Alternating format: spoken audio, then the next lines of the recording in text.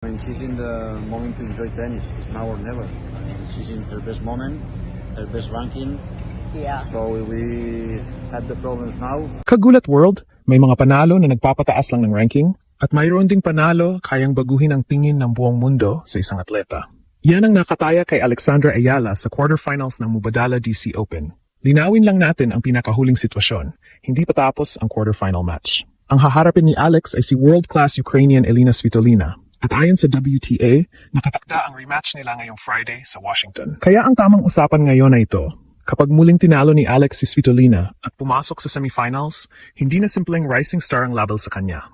Mas titibay ang argumento na isa na siyang tunay na worldwide attraction. Hindi aksidente ang pagdating niya rito. Pinagsak ni Alex ang Olympic champion na si Qin Wenjing matapos bumangon mula sa isang set at break deficit. Pagkatapos, pinatalsik niya ang defending DC champion na si Leylah Fernandez, 6-2. 7 sets kahit nalubog siya sa 1-5 sa second. 5 sunod na games ang ibinalik niya bago durugin ang tiebreak, 7-1. Ngayon, si Svitolina naman. Ang parehong veteranang tinalo niya, 6-3, 6-4, sa Berlin quarterfinals 5 linggo lamang ang nakalipas. Pero ibang surface ito, ibang lungsod at ibang pressure. Kapag nanalo si Alex, hindi lang semifinal berth ang makukuha niya. Magkakaroon siya ng panibagong elite scalp, dagdag ranking points, mas malaking global coverage, at isa pang patunay na ang kanyang popularity ay suportado na ng sunod-sunod na malalaking resulta. Ito ang lababan na pwedeng magselyo sa kanyang paglipat mula Filipino tennis phenomenon tungo sa legitimate international superstar. Hindi na pwedeng tawaging tsamba ang ginagawa ni Alex. Kapag minsan kang nanalo laban sa isang malaking pangalan, maaring tawagin iyon ng iba na upset. Kapag paulit-ulit mong ginagawa sa iba't ibang tournament, iba't ibang surface, at iba't ibang pressure situation, ang tawag doon ay arrival. At yan ang pinaka-importanteng konteksto bago ang quarterfinal rematch laban kay Elina Svitolina.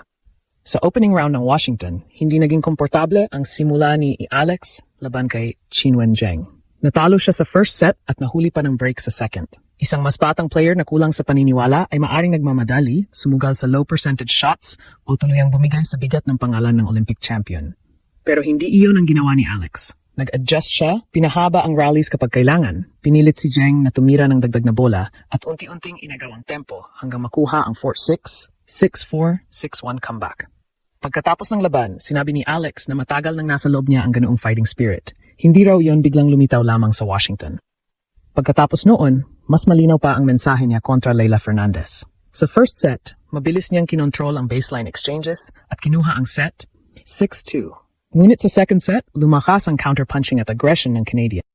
Mula 1-all, 5 sunod na games ang nawala kay Alex at bigla siyang nahulog sa 1-5.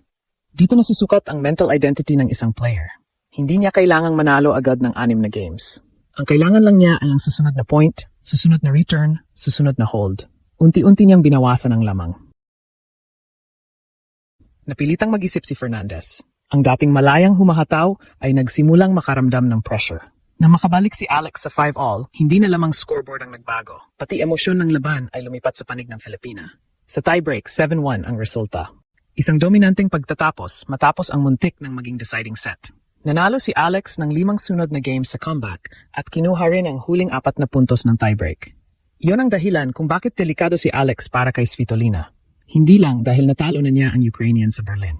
Delikado siya dahil ipinapakita niya ang kaya niyang manalo sa higit sa isang paraan. Kaya niyang maging front-runner, kaya niyang bumawi kaya niyang tumira ng agresibo gamit ang left-handed forehand at two-handed backhand. At kaya rin niyang gawing physical at mental battle ang laban. Pero hindi dapat maliitin si Svitolina. Siya ang second seed sa Washington at isang hardened competitor na sanay sa mahabang rallies, pagbabago ng direction at pagkuha ng bola ng maaga. In round, nilampasan niya si Polina Kudermetova 7-6, 6-4 kahit 2 beses nagsilbi ang qualifier para sa first set. Nag-save rin si Svitolina ng set points sa isang 9-shot rally at nakaligtas sa 3 break points sa mahalagang second set game. Ibig sabihin, pareho silang pumapasok sa quarterfinals na may sariwang ebidensya ng composure. May isa pang malaking tactical difference. Grass ang unang laban nila sa Berlin, hardcourt ngayon sa Washington. Sa grass, nagawang pabilisin ni Alex ang points at parusahan ang second serve ni Svitolina. Sa Berlin win, nakakuha si Alex ng 5 breaks mula sa 10 pagkakataon at nanalo ng halos 78% ng kanyang second serve return points. Ngunit sa hardcourt, mas may oras si Svitolina para mag-defend, mag-reset ng rally at gamitin ang kanyang consistency. Mismong Ukrainian ang nagsabing bagong surface, bagong bansa, bagong lungsod at panibagong challenge ang rematch na ito. Aminado rin siyang hindi naging madaling battle ang pagkatalo niya kay Alex sa Berlin. Kaya ang susi para kay Alex ay hindi puro power. Kailangan niyang protektahan ang sariling second serve. Huwag magmadali sa neutral rallies at gamitin ang lefty patterns para buksan ang forehand side bago umatake sa kabilang linya. Kapag nagawa niya iyon, mayroon siyang totoong pagkakataong ulitin ang Berlin result at gawing declaration ang quarterfinal na ito. Bakit natin sinasabing maaring sementuhin ng isang quarterfinal win ang worldwide superstardom ni Alex Ayala? Dahil ang superstardom sa modern tennis ay hindi lang tungkol sa ranking. Tatlong bagay ang kailangang magsabay: performance, personality, at public demand. Sa kaso ni Alex, unti-unti nang nagtutugma ang tatlo. Una, performance. Si Alex ay kasalukuyang world number 28, may 30-18 record ngayong season at nakapagtala na ng serye ng signature wins.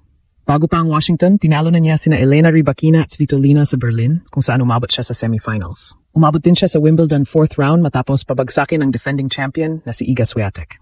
Ngayon, sa DC Open, sunod niyang pinauwi ang Olympic champion na si Zheng at defending tournament champion na si Fernandez.